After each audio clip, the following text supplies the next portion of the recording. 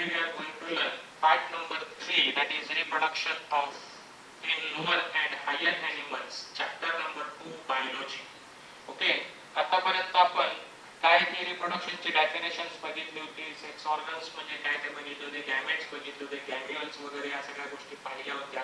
त्याच्यानंतर जे टाइप्स बघितले होते, असेक्शुअल अँड सेक्शुअल रिप्रोडक्शन, आणि त्याच्यानंतर मेल रिप्रोडक्टिव्ह सिस्टीमचा आपण संपूर्ण अभ्यास केला.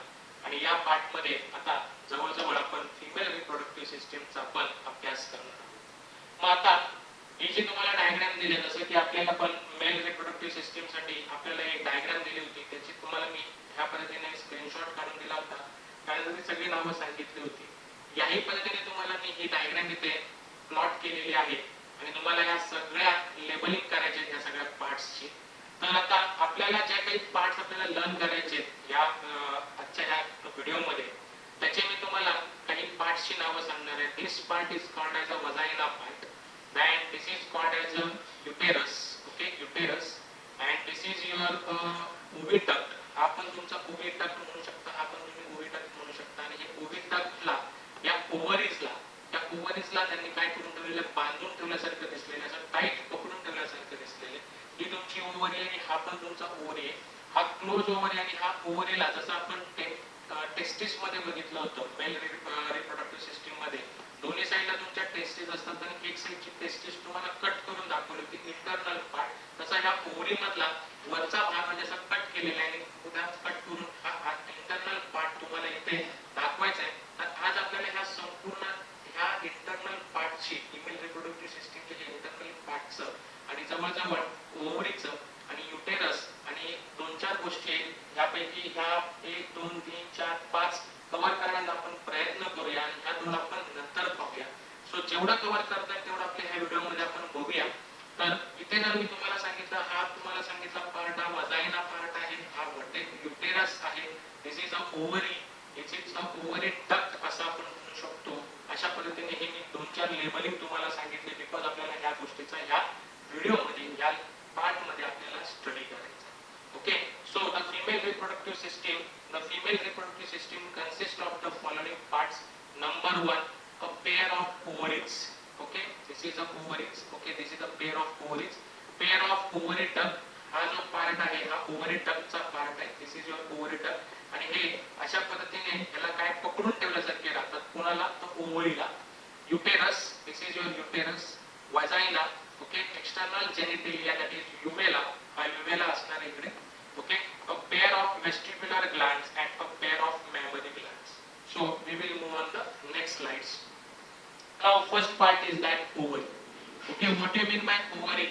Ovary is the primary female sex organ, right? जसं की testis हा आपला प्रायमरी कोणाचा ऑर्गन होता, मेल सेक्स ऑर्गन होता, तसा ओव्हरी माझ्या टेस्टिस मध्ये काय तयार होत होतं, तर आपण पाहिलं होतं की त्या टेस्टिस मध्ये स्पर्म तयार व्हायचे.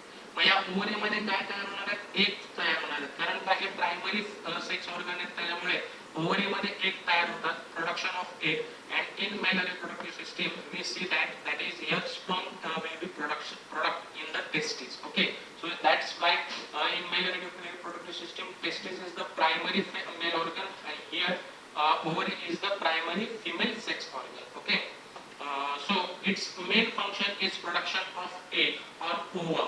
Okay, you know very well. now आता सांगण्याची काही गरज नाहीये, you can understood very well because अगदी 10th स्टँडर्ड पासून तुम्ही सगळ्या ह्या गोष्टी शिकत आलेला आहात. So its main function is production of egg or ovum, and ovum you know very well, and the female reproductive hormones also. Okay, like testis जसं वर्किंग करतो तसं मेल reproductive system मध्ये तसं female reproductive system मध्ये ovary work करणार आहे. So it is a solid and oval or a almond shape of organ. Okay, it is 3 centimeter in length, 1 centimeter in breadth and 1 centimeter is thick. Okay, 1.5 centimeter in breadth and 1 centimeter thick. It's an MCQ type question. Okay, what is the dimension of ovary? What is the shape of the ovary? So you know it is a solid oval or almond shaped organ, and its dimension is lengthwise it will be the 3 centimeter, breadthwise it's a 1.5 centimeter, and thickness wise it's a 1 centimeter. It is located in the upper lateral part of the pelvis near the kidneys. You know very well pelvis and kidneys याच्या upper part वरती हा part located असतो. Each ovary is held in a position by ligament by attaching into the uterus and the abdominal wall. Okay, so like this way in the abdominal wall, त्याचबरोबर हे uterus आणि त्याच्यानंतर तुम्हाला काय सांगितलं तर that is a uterus ला पण तो अटॅच असतो, abdominal wall ला पण अटॅच असतो आणि एक प्रकारे लिगामेंट टाइप ने तो अटॅच केलेला असतो. ओके, सो अशा पद्धतीने तो ओव्हरीची पोझिशन असते. The largest of these is the broad ligament formed by a fold peritoneum. This is very very important. The largest of these is the broad ligament formed by a fold of peritoneum. So it holds the ovary. Okay, it holds the ovary, oviduct, and the uterus to the dorsal body wall. The ovarian ligament attach ovary to the uterus. Okay, like this way. Okay, like this way. समजते? हे अशा पद्धतीने attach केलेले असतात अशा पद्धतीने. So the ovary produces 5 hormones, that is estrogen, progesterone, relaxin, and activin, and inhibin. This is very important. Which hormones ovary will be produce? हा तुम्हाला which 5 organs, which 5 hormones ovary produce, तुम्हाला हे लिहिता आले पाहिजे. आणि हे सगळे जे हार्मोन्स आहेत हे पॉश्चुरेशन म्हणजे पॉश्चुरेशनच्या टाइमला या सगळ्या पॉश्चुरेशन म्हणजे काय तर तो ड्यू टू प्रेग्नन्सीच्या टाइमला हे सगळे जे हार्मोन्स आहेत हे तुम्हाला काय होतात की युजफुल होत असतात. आय होप सो की तुम्हाला ओव्हरीचा कन्सेप्ट काय आहे हा चांगल्या पद्धतीने समजला असेल. So I will move on the next slide. So this is a structure like see या डायग्राम मध्ये मी तुम्हाला सांगितलं की हा इंटरनल पार्ट तुम्हाला सांगितलाय. हा इंटरनल पार्ट आता इथे थोडासा तुम्हाला व्ह्यूली मोठा करून दाखवलाय. मग ह्या स्ट्रक्चरचा आपल्याला काय करायचंय अभ्यास करायचा आहे की हा एक तुमची ओव्हरीचा पार्ट दाखवलेला आहे. जसं की आपल्याला ट्रान्झिशनल स्टेजची डायग्राम दाखवली होती टेस्टिसची, जशी ही ट्रान्झिशनल स्टेजची डायग्राम म्हणू शकता ओव्हरीची. मग त्या ओव्हरीमध्ये नेमकं काय काय आहे जसं आपण टेस्टिसमध्ये बघितलं की एपिडेमियस काय आहे, त्याच्यानंतर बऱ्याच गोष्टी आपण त्यामध्ये बघितल्या, प्रत्येक ग्लँड्स बघितले, सेमिनल व्हेसल्स बघितलं, त्या इजॅक्युलेटरी डक्ट बघितला, बरोबर आहे.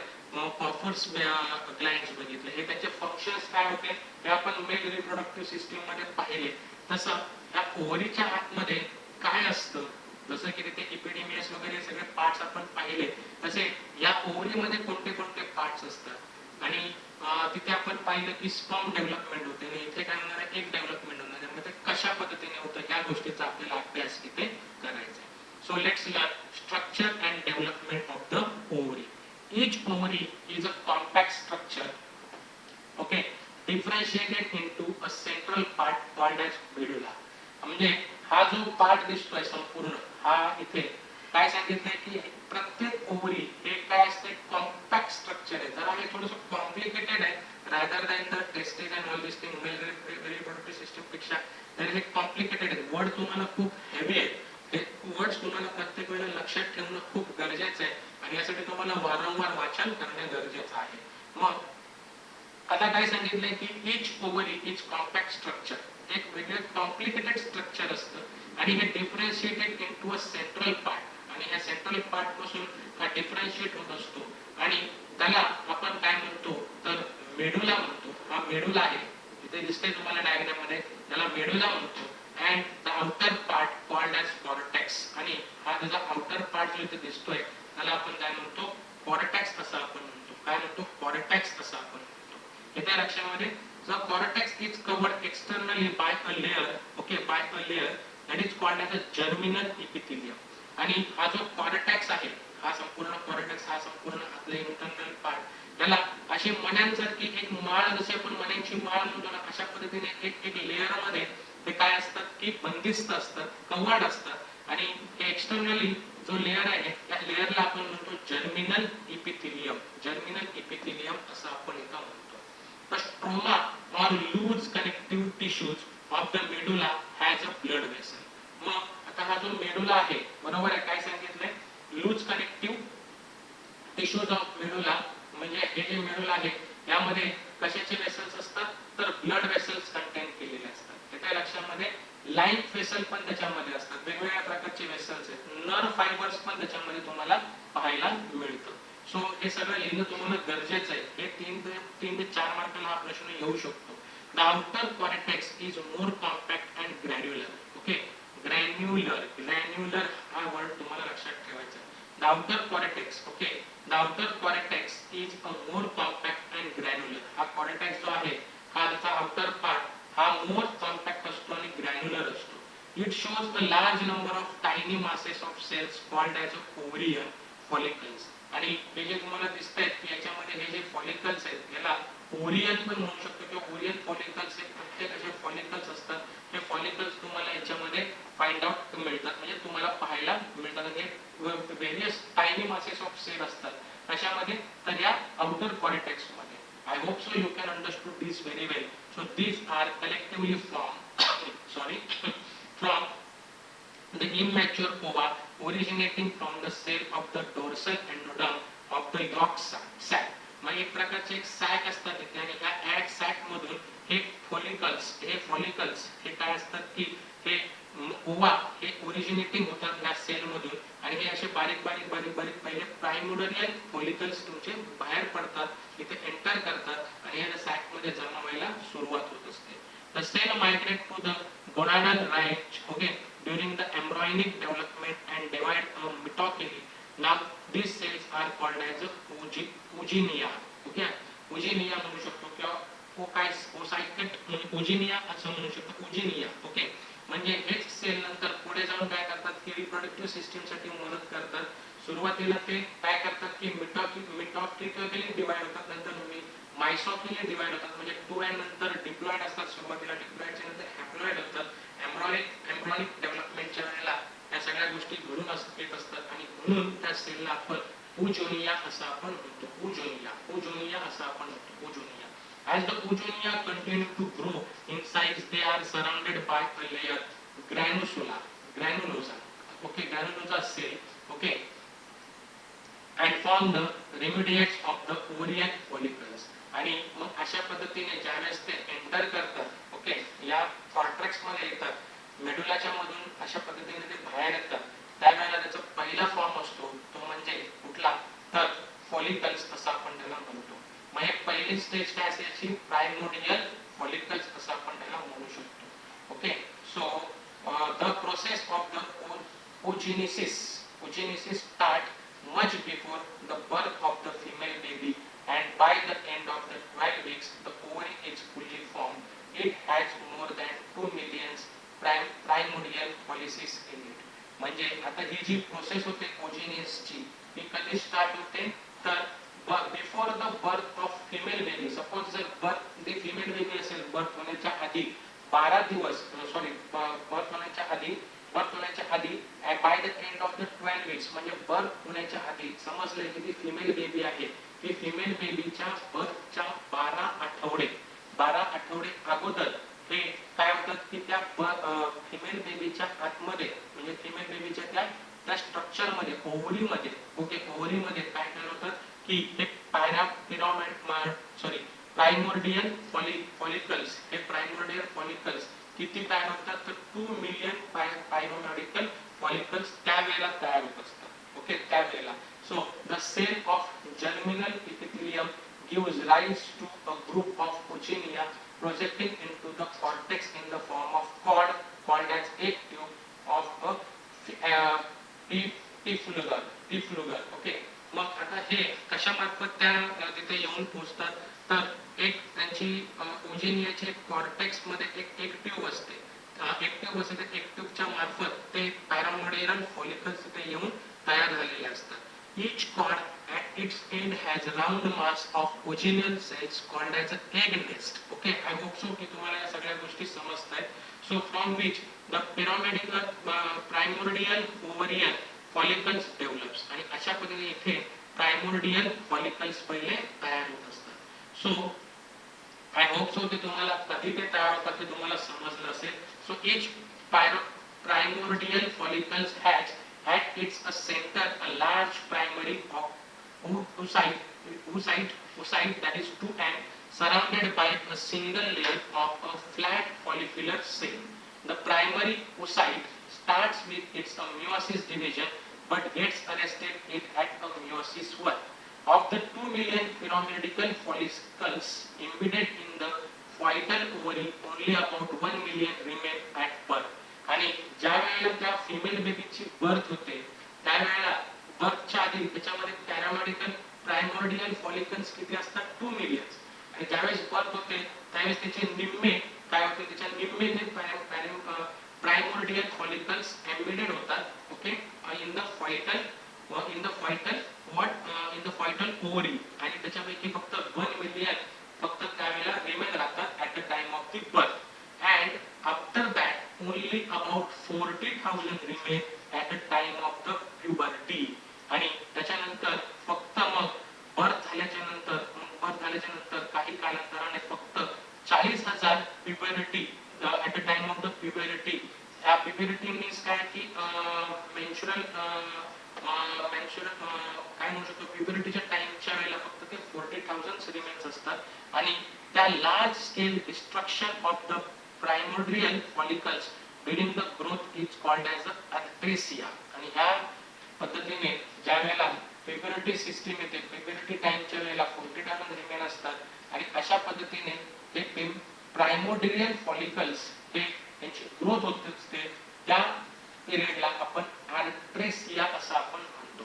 The development of the primordial follicles into a matured आणि ज्या वेळेला हे पॅरामेडिकल फॉलिकल्स मॅच्युअर कंडिशन मध्ये जातात त्यावेळेस त्याला आपण ग्रॅफियन फॉलिकल्स असं पण म्हणू शकतो. Okay matured or a graafian follicles restart with one set of puberty मग ह्या प्युबर्टी कंडिशनला पुन्हा ते रिसेट होतं and during each menstrual cycle only one of the primordial follicles starts growing to form the Graafian follicles आणि मग ह्या वेळेला हे उरलेल्या 40,000 पैकी मग ज्यावेळेस ते तुमचे मॅच्युरेशन सायकल्स ज्यावेळेस चालू होतात त्यावेळेस ते एक काय करतात की मॅच्युअर होण्यासाठी प्रयत्न करत असतात. I hope so you can understood की how to the process of this will be happen. So in each cycle, alternatively, one of the two ovaries produce a Graafian follicles.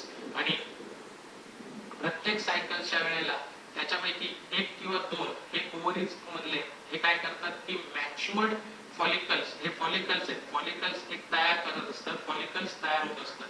मग पहिली स्टेजच्या वेळेला सायकलच्या वेळेला हे अशा पद्धतीने फॉलिकल्स असतात डे फर्स्टला अशा पद्धतीने फॉलिकल्स असतो म्हणजे कन्वर्जन होतं प्रायमरी फॉलिकल्स मध्ये पण नंतर सेकंडरी फॉलिकल्स मध्ये मॅच्युअर्ड होत असतात जसे की मिओसिकली ते सांगितलं तर 2n पासून हॅप्लॉइड करत असतात मग ह्याचे पहिले 2n असतात 2n चे हॅप्लॉइड बनतात हॅप्लॉइड्स मधून मग अशा पद्धतीने primary follicles secondary follicle tertiary follicle मग मॅच्युअल फॉलिकल्स बनल्याच्या नंतर इथे हे एक प्रकारे ओसाइट तयार होतं आणि हे ओसाइट इथून मग बाहेर येतं it is waiting for a sperm entering sperm enter झाल्याच्या नंतर मग पुन्हा ते काय होतं की ह्या पद्धतीचे कॉर्पस ल्युटिनियम म्हणजे फर्टिलायझेशन झाल्यानंतर कॉर्पस ल्युटिनियम तयार होतं ल्युटिनियम तयार झाल्यानंतर मग पुढची प्रोसेस तयार होते जर नाहीच तयार झालं जर इथे फर्टिलायझेशन नाही झालं तर आफ्टर सर्टन डेज त्याचं पुन्हा कॉर्पस ॲल्बिसियन्स मध्ये रूपांतर होतं म्हणून परत प्रोसेस चालू होते आणि अशा पद्धतीने हे चालू राहत असतं. So here they are given clearly. The first menstruation cycle or the menarche begins normally at about 13 years. बरोबर आहे? And menopause, that is the stopping of the cycle, happens at the age of 45 to 55 years. I hope so you can understood this point. So the period in between menarche or menopause in the reproductive age of the female and is approximately 32 years. So in this time the female will producing maximum of about 416 eggs, that is 32 into 30, that is 416 eggs. Means among these 40,000 only 416 eggs are maturity, means matured egg will be formed during this period and फक्त एक eggs फक्त reproductive system ला जाऊ शकतात. म्हणजे बर्थच्या आधी किती असतात 2 मिलियन त्याच्यानंतर बर्थच्या वेळेला 1 मिलियन कमी होतात 1 मिलियन तिथे फॉर्मेशन साठी गेले जातात त्यानंतर प्युबर्टी स्टेटला आल्यावरती 40,000 असतात त्या 40,000 पैकी या ज्यावेळेस सायकल्स तयार होते फ्रॉम 30 इयर्स पासून मेन्स्ट्रुएशन सायकल तयार होते टू 45 इयर्स 13 इयर्सच्या मधून 13 इयर्स पर्यंत ते जे 13 to 33 म्हणजे ह्या एज पर्यंत फक्त 406 एग्स फक्त काय करू शकतात, डेव्हलप होऊ शकतात आणि बर्थ होऊ शकते. अशा पद्धतीने एवढ्या एग्स मधून फक्त 416 एग्स फक्त मॅच्युअर्ड असू शकतात असं त्यांचं इथं म्हणणं आहे. I hope so you can understood this very well. Okay, so I will move on the next slide. Okay, now ovarian histology of mature female. Now what is the ovarian histology of mature female? ते आता आपण इथे learn करूया. See, in the histology of ovary we have discussed the primary structure of ovary like this way. Okay, so the following discussion includes the changes seen in a mature ovary. Primarily in the cortex. Okay, in the cortex. बरोबर, आपण already हे maturity काय असते हे आपण इथं आता पाहिलं आणि हे कॉर्टेक्स पासूनच चालू होत असतं. The different stages of development of the oocyte can be seen. Okay, आता या oocyteचे वेगवेगळे स्टेजेस आपण बघितले. हा कॉर्टेक्स मध्ये पहिला प्रायमोर्डियल फॉलिकल्स डेव्हलप होतो. प्रायमोर्डियल फॉलिकल्स मधून प्रायमरी फॉलिकल्स जातो, नंतर सेकंडरी, नंतर टर्शियरी, नंतर मॅच्युअर होतो, नंतर मग oocyte तयार होतो. Okay, so these changes, okay, these changes in the ovary are cyclic, occurring during each maturation cycle, and it involve maturations of the pre-primordial follicles into primary, secondary, and Graafian. Graafian म्हणजे mature oocyte म्हणू शकता तुम्ही. Each primary follicles has a multi-layered cubital follicular cell, the stoma cell, and a techon over the follicles. Okay, it now changes into a secondary follicles. There is a growth of oocyte and the granulosa cells increase in number. They start producing the hormone estrogen. The secondary follicle grows into the Graafian follicles, means mature follicle, by addition of more follicular cells. As this process of maturation of follicles takes place, they begin to move towards the surface of ovary like this way. Okay, ज्यावेळेस ते matured होतात, mature झाल्याच्या नंतर हे अशा पद्धतीने पहिले होतात. कॉर्टेक्स मध्ये येतात प्रायमोर्डियल फॉलिकल्स असतात. त्या प्रायमोर्डियल फॉलिकल्सचे 2n पासून n कनेक्टेड होतात. मग प्रायमरी फॉलिकल्स तयार होतं, डेव्हलपमेंट होते, पुन्हा सेकंडरी फॉलिकल्स तयार होतं, डेव्हलपमेंट होते, थर्ड टर्शरी फॉलिकल, मग टर्शरी फॉलिकल झाल्यानंतर ग्रॅफाइन फॉलिकल म्हणू शकता किंवा मॅच्युअर फॉलिकल म्हणू शकता. आणि मग इथे रिप्रोडक्टिव्ह सिस्टीम साठी ते oocyte तयार झालेलं असतं.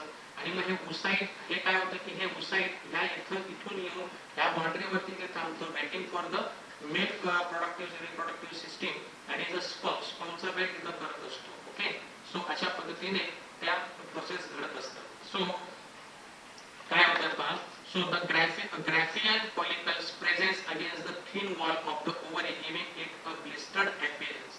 The egg is released from the Graafian follicles. Egg means that is a oocyte म्हणू शकता during the ovulation, and the remaining part of the follicles change into the temporary endocrine gland called as a corpus luteum, and its fertilization does not take place. The corpus luteum degenerates into the white scad called as a corpulus albicans. म्हणजे त्यांचं सांगण्याचा उद्दिष्ट काय की इथे तो waiting करत असतो, स्पर्म जर आला तर फर्टिलायझेशन होतं, फर्टिलायझेशन झालं तर मग त्याचं काय होतं की कॉर्पुलस ल्युटिनियम मध्ये कन्व्हर्जन होतं. मग कॉर्पुलस ल्युटिनियम मध्ये कन्व्हर्जन झाल्याच्या नंतर पुढच्या प्रोसेस तयार होतात.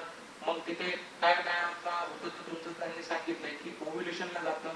ओव्ह्युलेशनला जर नाही गेलं तर एक जर नाही गेलं ओव्ह्युलेशनला, मग ते काय होतं की ओव्ह्युलेशनला जर नाही गेलं तर फर्टिलायझेशन जर झालंच नाही तर ते ओव्ह्युलेशनला गेलं नाही तर एक सर्टेन डेज नंतर याचं काय होतं तर पुन्हा त्याचं रिजनरेशन होतं, दॅट इज कॉर्पस ॲल्बिसियन्स. आणि मग ही सायकल पुन्हा ॲज इट इज चालत राहते जोपर्यंत मेल रिप्रोडक्टिव्ह सिस्टीमचं ऑर्गन्स म्हणून जे आपलं स्पर्म जिथपर्यंत इथे येत नाही आणि या oocyteचं त्या स्पर्म बरोबर काय म्हणतात ते पॉप्युलेशन होत नाही आणि पॉप्युलेशन झाल्याशिवाय फर्टिलायझेशन होत नाही तोपर्यंत हे कॉर्पस ल्युटिनियम मध्ये काही चेंजेस होत नाही. आणि जर हे फर्टिलायझेशन झालं तर कॉर्पुलस ल्युटिनियमची प्रोसेस पुढे न जाता इथे ती प्रोसेस स्टॉप होते आणि मग ओव्ह्युलेशन तयार होतं. आणि मग ओव्ह्युलेशन झाल्याच्या नंतर मग तिथे एम्ब्रॉय सिस्टीम तयार होते, एम्ब्रॉय सिस्टीम नंतर जायगॉट तयार होतं आणि मग पुढच्या सगळ्या प्रोसेस चालू व्हायला सुरुवात होते. आय होप सो तुम्हाला हा हिस्टोलॉजी ऑफ मॅच्युअर फिमेल्स हा देखील पॉइंट, हा देखील कन्सेप्ट चांगल्या पद्धतीने समजला असेल.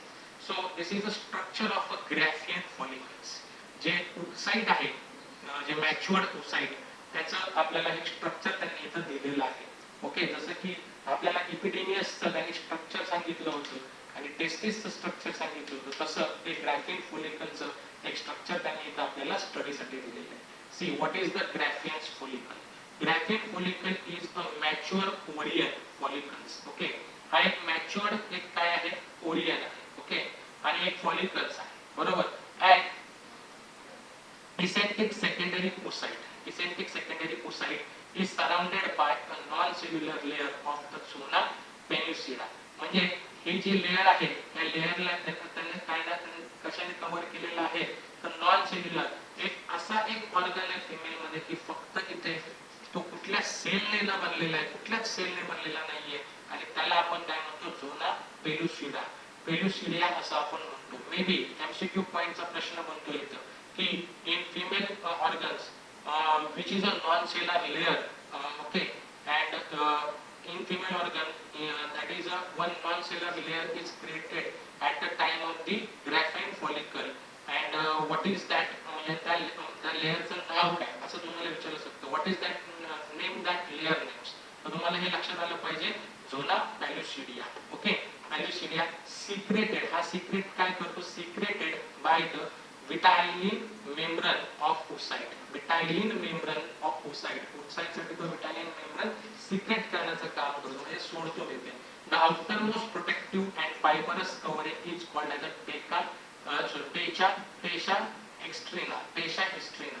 मग हा जो एक त्याच्यानंतर आउटर एक लेअर आहे, त्याला आपण काय म्हणतो, पेशा एक्स्ट्रिना, एक्स्टर्ना असं आपण म्हणतो. Okay, the inner is called as a cellular पेशा इंटर्ना, त्याला आतमध्ये इंटर्ना असं आपण म्हणतो. ह्या गोष्टीला इंटर्ना, ह्याला आपण म्हणतो पेशा एक्स्टर्ना, पेशा इंटर्ना. आणि it produces the hormone estrogen, आणि हा काय करतो, एस्ट्रोजन हार्मोन प्रोड्यूस करतो. So this is very important. हे सगळे पॉइंट्स एमसीक्यू पॉइंट्स तुम्हाला विचारले जाऊ शकतात. इनर द पेशा interna the follicular cells from the membrana granulosa. Membrana granulosa हा इंटरनल फॉलिक्युलर सेल्स तो काय करत असतो, प्रोड्यूस करत असतो. From the membrana granulosula, the cell differentiate into a discus proligerus and the corona radiata. Corona, आता corona चाललाय, त्यामुळे कोरोना म्हणजे तो कोरोना नाहीये इकडे, हा कोरोना रेडिएटा हा एक वेगळा आहे. त्या मेम्ब्रेन्स मध्ये काय होतं की गेल्याच्या नंतर तो डिफरन्शिएट करतो, आणि हा कोरोना रेडिएटा म्हणजे ह्या ओसाइटचा आउटर लेयर असं आपण म्हणू शकतो. ह्या ओसाइटच्या आउटर लेयर मध्ये हा कोरोना रेडिएटा फॉर्म असतो, हा इथे प्लेस असतो. ओके, या संपूर्ण ह्या स्ट्रक्चरला आपण काय म्हणू शकतो, ग्रॅन्युलोसा सेल म्हणू शकतो. आणि या ग्रॅन्युलोसा सेलच्या आतमध्ये तुम्हाला कोरोना रेडिएटा मिळतो, आणि कोरोना रेडिएटा ह्या सगळ्या गोष्टी प्रोटेक्ट कोण करतात, कोणाला, तर ओसाइटला प्रोटेक्ट करतात, ओसाइटला प्रोटेक्ट करण्याचं काम करत असतात. So cumulus operus is the term used for the oocyte and surrounding the granulosa cell, a fluid filled cavity called as an antrum. आणि हा जो संपूर्ण पोर्शन आहे, हा इथे फ्लुइड आहे, एक प्रकारचं लिक्विड आहे, आणि ह्या लिक्विडला आपण काय नावाने ओळखतो, सॉरी, antrum या नावाने ओळखतो. Lies between the oocyte. Okay, हा oocyte आणि द मेम्ब्रेना ग्रॅन्युलेच्या मधोमध तो काय असतो, त्याच्यामध्ये प्रेझेंट असतो. So it is filled with the fluid called as the liquor follicula. आणि ह्या लिक्विडला आपण काय म्हणतो, लिक्वर फॉलिक्युली असं आपण म्हणतो. आय होप सो की तुम्हाला याचं देखील ग्रॅफाइन फॉलिकलचं स्ट्रक्चर देखील चांगल्या रीतीने समजलं असेल. So this is the next one, that is a female reproductive system. आता एक एक गोष्टीचं आपल्याला इथे काय करायचं आहे, स्टडी करायचं आहे की याच्यामध्ये अजून काय काय घडू शकतं, किंवा काय काय आपल्याला रिप्रोडक्टिव्ह सिस्टीम मध्ये कशा पद्धतीने घडत असते हे आपल्याला पाहायचंय आणि लर्न करायचंय. सो ओव्हिडक्ट, यू नो व्हेरी वेल. इथे मी तुम्हाला सांगितलं की ह्याला ओव्हिडक्ट म्हणतात. आता हे पण ओव्हिडक्टच आहे, हा इकडचाही ओव्हिडक्ट आहे आणि हा पण तुमचा ओव्हिडक्टच आहे. हे पेअर मध्ये असतात, नाही, हे पेअर मध्ये असतात. यालाच आपण काय म्हणू शकतो, तर फॉलोपियन ट्यूब पण म्हणू शकतो, फॅलोपियन ट्यूब किंवा युटेराइन ट्यूब म्हणून देखील तुम्ही ओळखू शकता. Okay, so this is a very important part because याच पार्ट मध्ये काय असतं की बऱ्याच गोष्टी घडत असतात. Let say these are the pair of a muscular duct lying horizontally over the peritoneal cavity. The proximal part of the tube lies close to the ovary. Okay, ओव्हरीला तो काय असतो की क्लोज असतो, त्याला अटॅच असतो. ही ओव्हरी आहे, बरोबर आहे. ओव्हरीला तो व्हेरी क्लोज असतो, एकदम जवळ असतो ओव्हरीच्या. Okay, and distally it's open in to the uterus. आणि त्याचं ओपनिंग कुठे होत असतं, युटेरस म्हणजे ह्या इथूनही तो ओपनिंग आणि इथूनही ओपनिंग, दोन्ही साईडने ओपनिंग होत असतं ते युटेरस मध्ये. Okay, so it is each tube is a 10 to 12 centimeter in length. 10 ते 12 सेंटीमीटर त्याची लांबी असते एका ट्यूबची. So it is internally lined by a ciliated epithelium. It is very important. हे कोणापासून बनलेलं असतं, ciliated epithelium. It can be divided into 3 region, आणि हे 3 region मध्ये ते डिवाइड केलेले असतात. पहिला region आहे infundibulum. infundibulum. ओके, infundibulum म्हणजे काय, the proximal funnel like part with an opening called as a ostium surrounded by many fingers like processes called a fimbri. Fimbriae. Okay, नीट लक्षात घ्या. फिम्ब्रिये म्हणू शकता त्याला, fimbriae of this at least one is long and connected to the ovary. Okay, this is a fimbriae. Okay, फिम्ब्रियेला हे connected असतात. फिम्ब्रिये इथून ते ओव्हिडक्स पासून ते ओव्हरीचा हा पार्ट आहे, त्याला इन्फंडिबलम असं म्हणतात. आणि त्याच्यामध्ये काय असतं, फिम्ब्रिये प्रेझेंट असतात. So the cilia and the movement of फिम्ब्रिये help in driving the ovulated egg to the ostium. म्हणजे इथे जे आता आपण ओव्हरी मध्ये बघितलं की ते follicles tertiary, primary, secondary, tertiary नंतर मॅच्युअर ओसाइट्स तयार झाल्याच्या नंतर त्याला एक पूर्ण एक मॅच्युअर एग तयार झाल्याच्या नंतर त्या इन्फंडिबलमच्या मार्फत फिम्ब्रिये काय करण्याला बाहेर आणण्याचं काम करतात आणि हे ड्राईव्ह करण्याचं काम करतात. कारण ते स्वतःहून ड्राईव्ह होत नाही, तर ड्राईव्ह करण्याचं काम हा जो पार्ट आहे इन्फंडिबलमच्या मध्ये फिम्ब्रिये नावाचा एक पार्ट आहे, तो काय करत असतो, मूव्ह करण्याचं काम करत असतो. तो त्याला मूव्ह करायचं काम करत असतो, इथपर्यंत घेऊन यायचं काम करत असतो ओव्हिडक्ट पर्यंत. मग एम्पुला म्हटल्यावरती हा संपूर्ण पार्ट आहे, ह्याला एम्पुला असं आपण म्हणतो. Ampulla it is the middle and long and straight part of the oviduct. हा एवढा इथून म्हटला तर इथपर्यंत, याला इथं स्मॉल पार्ट म्हणू शकता, हा तुमचा एम्पुला म्हणू शकता. एम्पुला हा इथून त्याला एवढा पार्ट जो दिसतो त्याला एम्पुला म्हणू शकता.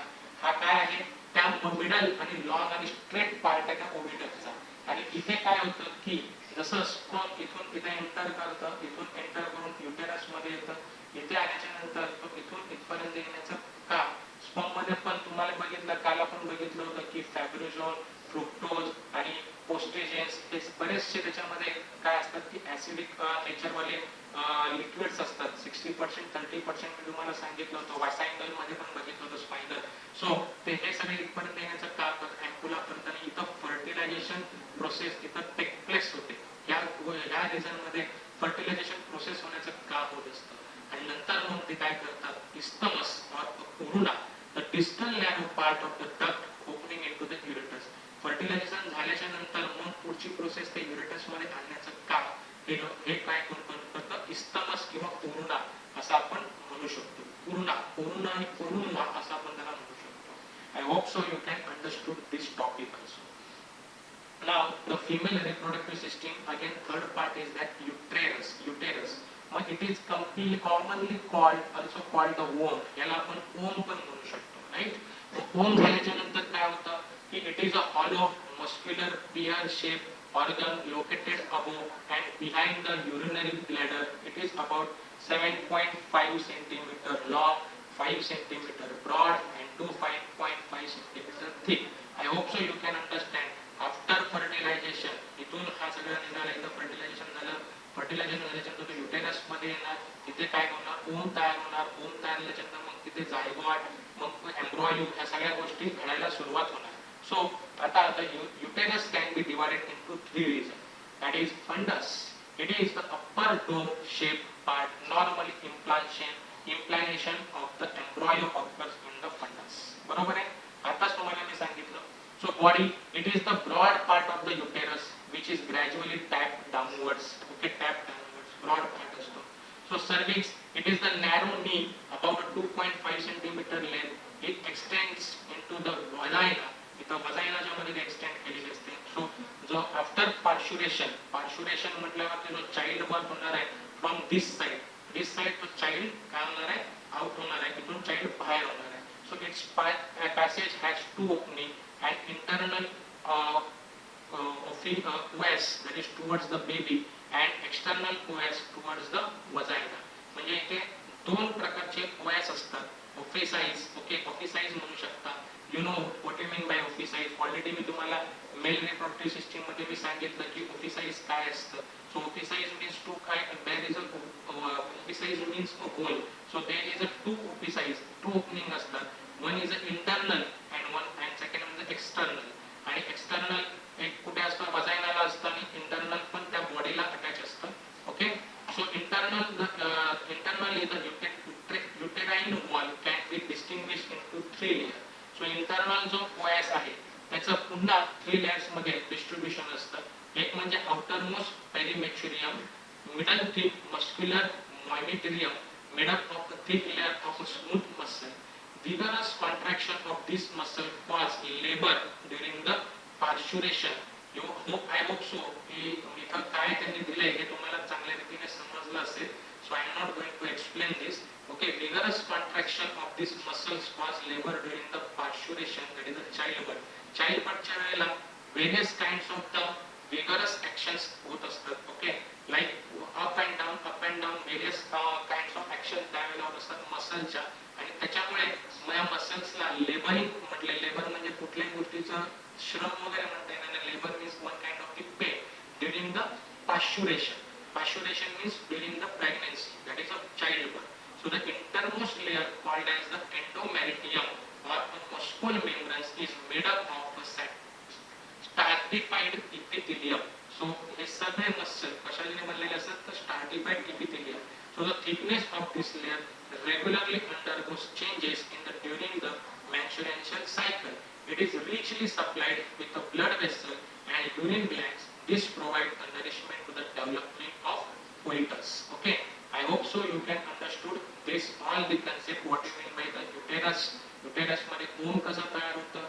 ओके, फंडस काय आहे, बॉडी काय आहे, ओएस काय आहे, सर्विक्स काय आहे, आणि पाश्युरेशन टाइम्सच्या वेळेला हे लेबर काय आहे, हे सगळ्या गोष्टी तुम्हाला समजल्या असतील. I will hope so. So I will move on the next slides. Now this is a female reproductive system. That is fourth one, that is the vagina. Okay, this is our part is called as the vagina. So it is a tubular female copulatory organ, 7 to 9 centimeter in length. In male system, that is the penis, that is a copulatory organ. Okay, copulatory म्हणजे काय तर पाश्युरेशन साठी helpful असलेले organs त्याला आपण काय म्हणतो, copulatory organ. Okay, and it is a 7 to 9 centimeter in length. It lies between the cervix and the vestibule. Okay, and the vaginal wall has an inner musculus lining, the middle muscular layer and the outer advential layer. The mucosal epithelium is stratified and non-keratinized and stores glycogen. There are no glands, but a cervical secretion of mucus is received in the vagina. The opening of the vagina into the vestibule is called as the vaginal orifice. Okay, this opening is covered partially by a fold mucous membrane called as a hymen. The vagina acts as a passage of a menstruation flow as well as birth canal during the parturition. So this is about the 2-3 marks question that तुम्हाला येऊ शकतो. So this is about the female reproductive system. So I hope so you can understand all